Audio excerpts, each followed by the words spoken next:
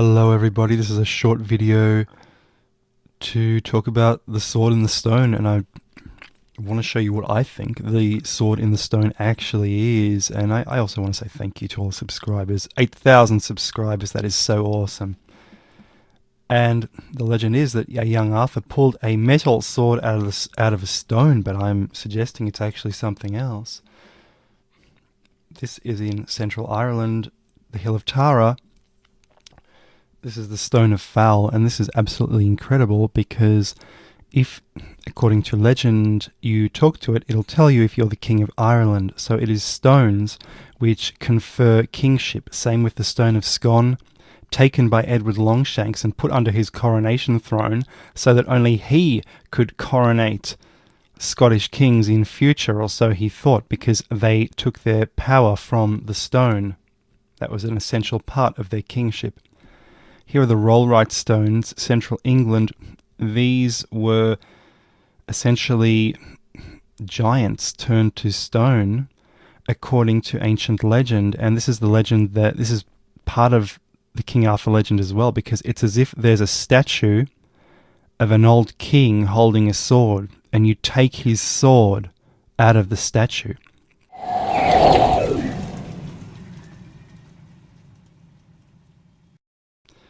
Here, this was apparently an army trying to conquer Britain, and they were on this hilltop at Rollright, and a witch said to the king, "King, if you can see Long Compton within 7 strides, you can become King of England." He walked 1, 2, 3, 7 strides.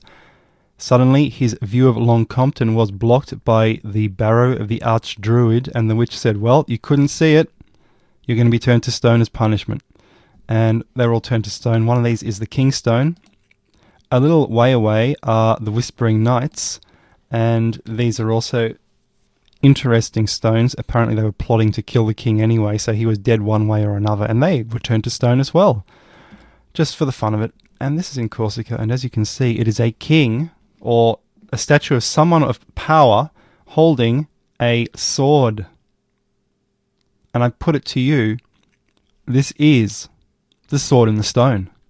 This is what it is, and it's only preserved in Corsica. Everywhere else, these were probably seen as idols and they were upturned, but they would have been in other parts of Europe as well, and I'm going to try and prove that. Some more of these things, they're almost like as if they were people turned to stone, or that's what the sculptors were trying to suggest. And of course they're holding these swords. Stonehenge as well has a couple daggers engraved in it. Not sure if that relates to the legend. And that's a really beautiful one, isn't it? That if that isn't the sword in the stone, nothing is. More of them. And this is Gdansk, or German Danzig, city of the Baltic amber trade. Amber was uniquely found in the Baltic, and it came to this city. It just washes up on the beach. You go to the beach, you can pick up amber if you try. I tried it, it didn't work. Beautiful city because of this amber trade. Absolutely amazing. You walk down this street, people beg you to come into their jewellery shops. This street's kind of hard to walk down because everyone's begging you to come into their restaurants, but you can see the wealth of the place. It's been wealthy for 9,000 years, basically, or longer, because of the amber trade, which is found universally, as far as Asia. And the city also has these menhirs with things inscribed on them as well. And here you have a baby Jesus or something, but it's a pagan version. You see, Jesus represents 2 pagan gods, possibly why Christianity was able to spread so easily. Firstly, there is a pagan god of a baby who's shining. And then there is a pagan god of basically wounded Balder, who was killed by the sprig of mistletoe, represented in the Christian religion as Longinus' sword. And if you will recall, I did make a video about this subject. Had enough blowing the lid forever on the truth of Viracocha, Tiwanaku, Egypt, Atlantis, Red Pill. And I showed it's the same god in Tiwanaku, proving an old world origin for this monument. Like Hercules strangling 2 snakes at birth because they tried to kill him, and he said, "No, I'm Hercules, I'm a strong baby, I'll kill these snakes." And also this was from Ireland.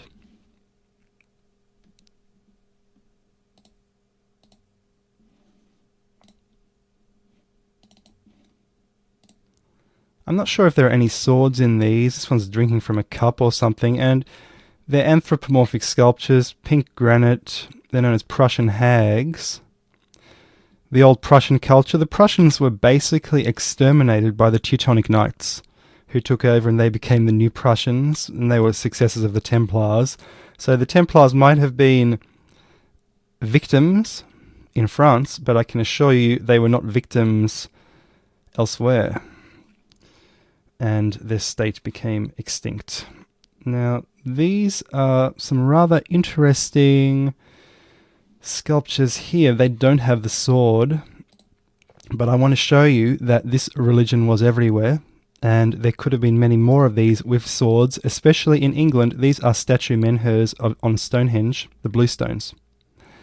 These do not have swords in them, but it shows you that the religion was here. These were seen as sacred and brought from very far away. According to the old legend, Merlin brought them because of healing properties. Guys, I hope that was interesting. I hope everyone found that fun, and I hope you subscribe.